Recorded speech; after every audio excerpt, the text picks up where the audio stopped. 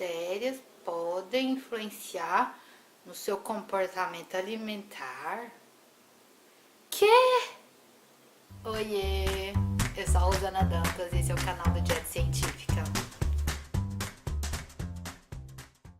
Se ainda não me conhece, eu sou a Rosana, criadora desse projeto de divulgação científica cheio de bom humor, que é a Dieta Científica.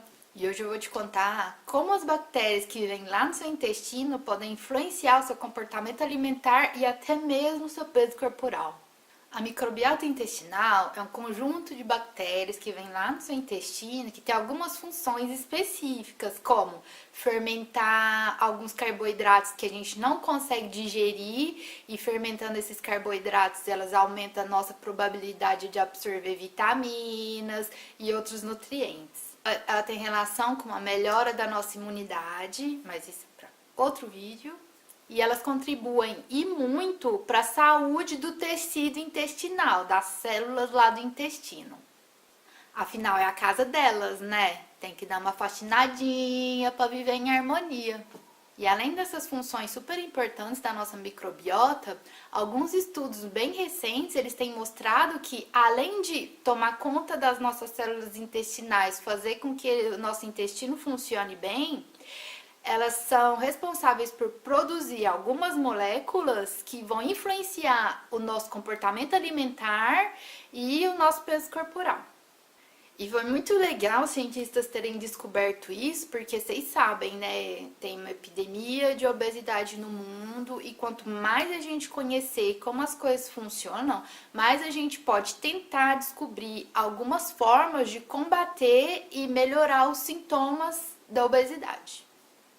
Legal, né? Mas eu só vou te contar isso se você der um like no vídeo. Dá um like aí no vídeo. Tô de olho, hein? Já deu like? Dá um like aí no vídeo. Então, cientistas lá estudando se existia alguma alteração na microbiota em pacientes que são obesos. E adivinha?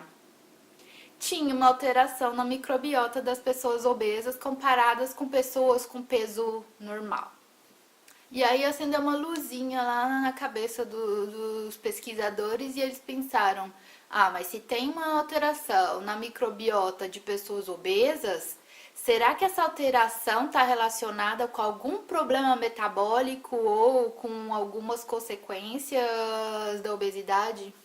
E não é que eles encontraram várias outras funções das bactérias que vão muito além de digerir os carboidratos que a gente não consegue digerir?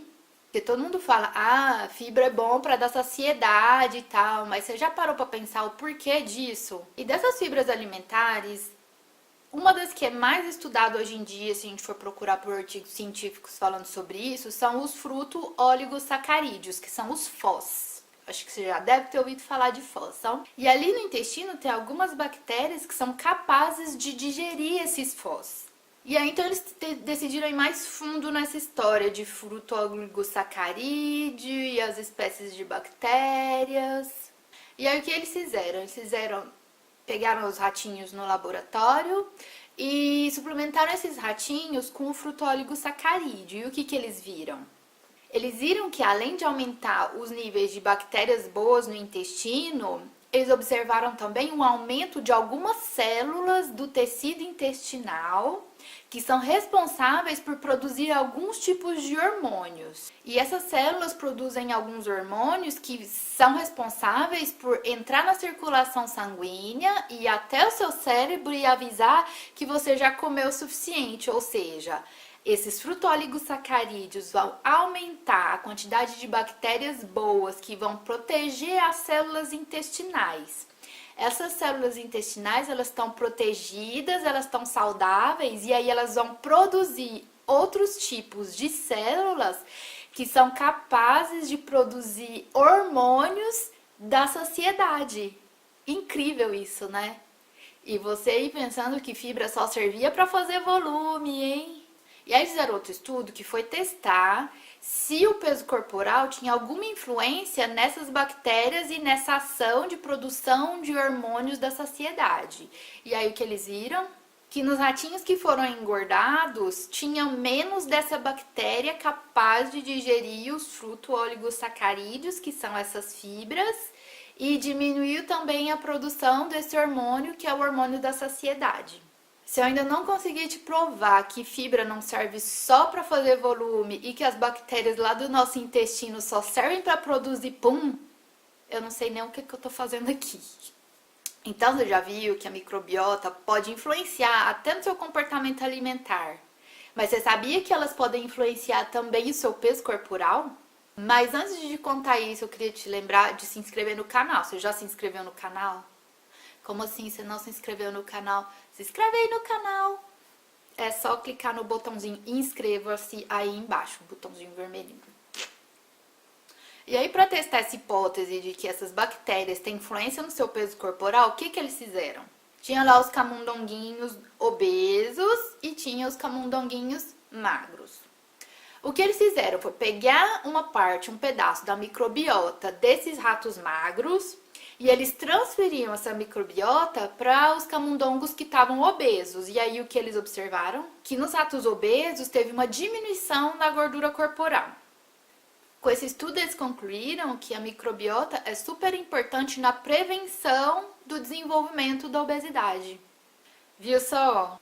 Uma flora bacteriana saudável é imprescindível para a manutenção da sua saúde. E aí você vai me perguntar, como é que faz para ter bactérias saudáveis no intestino? Se você me segue há algum tempo, você já deve ter cansado de saber o que a gente deve fazer para ter bactérias boas no intestino, né? O pior é que nem tem segredo e nem existe uma fórmula mágica. É tão simples que chega a ser ridículo. Então, uma dieta rica em frutas e vegetais, que são ricos em fruto-oligosacarídeos, sempre foi, está e sempre será relacionada a uma boa qualidade de bactérias que vivem no nosso intestino. Se você tem mais alguma dúvida sobre esse assunto, deixa aí nos comentários. Quem sabe isso não pode virar um vídeo no futuro. Então era esse o meu recadinho pra você hoje. Eu deixo aqui. Um beijo pra você e até! E além dessas funções super importantes lá da nossa microbiota, e quanto mais foz, mais bactérias boas no intestino.